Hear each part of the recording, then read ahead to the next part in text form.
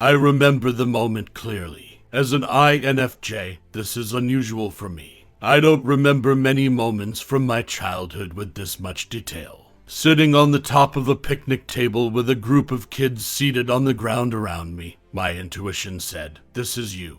My back straightened. I was 13, had just finished 7th grade, and was teaching a group of younger kids as part of a volunteer program.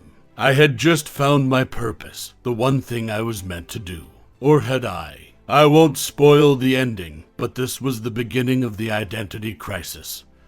I would have 15 years later. As a 13-year-old teacher, I discovered my love of sharing insights and helping others discover new understandings. Seeing them make connections lit me up inside in a way that nothing ever had before. INFJs crave meaning. As INFJs, we must have meaning in what we do.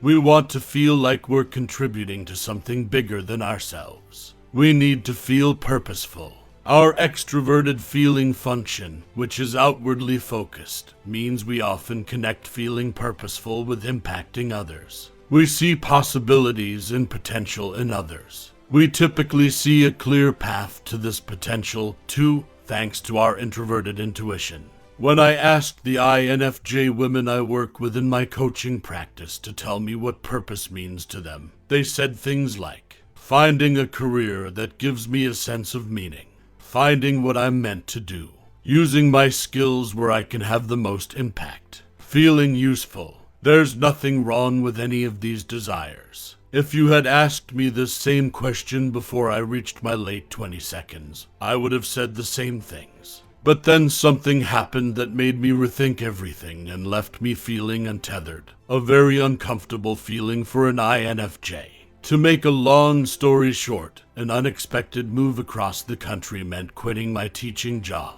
I had just finished a master's degree in education and desperately wanted to continue teaching. It was the end of September, though, and there were no openings in my new town.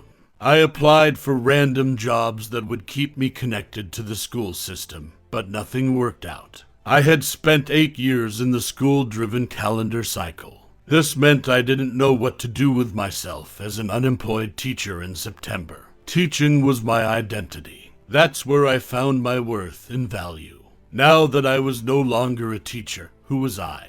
What did I have to offer? That experience was the inciting incident for the story of my self-worth journey. It also led me to a series of other amazing careers, and eventually to the discovery of my INFJ personality. It led me to the discovery that I'm still a teacher, that I've always been a teacher, although my title has shifted from photographer to videographer to graphic artist to communication director, and now coach for INFJ women. Now my purpose is connected to my understanding of who I am and the unique ways I'm able to serve others. When people ask me what I do, I say that I help INFJ women increase their confidence and leadership abilities so they can live their purpose. The ultimate goal is to help INFJ women uncover the true meaning of purpose. Spoiler alert, it's not a job.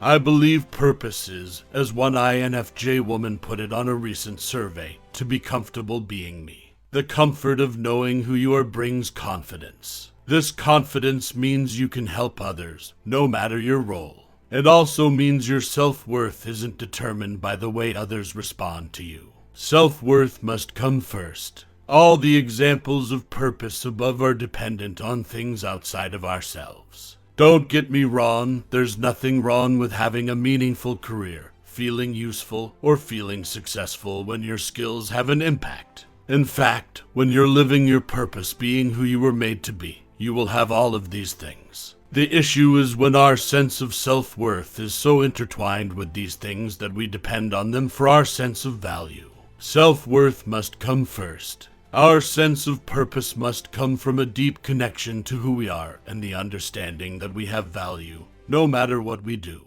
What happens if you lose your job, or have to relocate without a new job lined up, as I had to?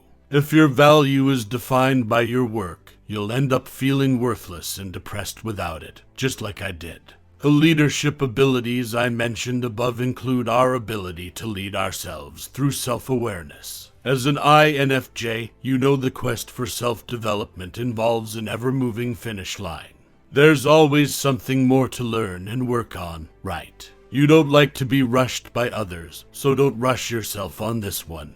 There's much to discover at each mark on the self-awareness spectrum. How to connect to your purpose. To help my INFJ clients understand who they are so they feel fulfilled no matter what they do, we often focus on the following 3 areas. Focusing on these areas will give you a strong foundation. It brings the clarity you crave and opens up more possibilities for you than any job could offer. I know you always want to be farther along than you are, so be kind to yourself during this process. Don't be too hard on yourself.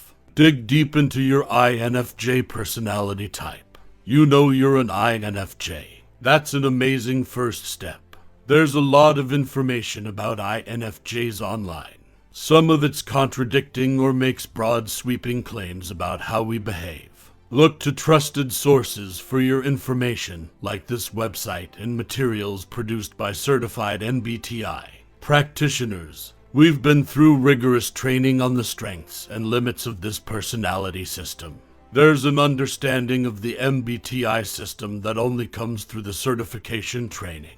Be clear on your values. This means identifying your values and holding to them despite the requests that come at you from others. Our extroverted feeling reveals our preference to make decisions based on how they impact other people and our values. If you ignore your values to maintain harmony at all costs, you're expressing an unbalanced version of extroverted feeling. Become more consciously aware of your thoughts. You tend to be more aware of what others are thinking and feeling, so this self-awareness takes time and practice. To identify your automatic thought patterns, examine the beliefs that may be holding you back. Identify the assumptions you make. Identify the inner critic, or gremlin messages as we would say in coaching. A gremlin message is rooted in the idea that you're not good enough. It's the hardest piece to conquer because the roots go so deep. Once you identify these things, write new beliefs and thoughts you want to have. Practice repeating them every day, even if you don't believe them yet. It will make a difference. Your thoughts impact your feelings, which impact your actions. So many INFJs want to know their purpose, their thing. But what if your purpose is to know who you are and to be that person? When I finally stopped rejecting who I was and setting unrealistic expectations for myself, I settled into someone who knows her value, no matter which job title she holds. This foundation gave me a glimpse of my potential. It also led me to being a coach for other INFJ women to act as their guide along this not-so-well-beaten path.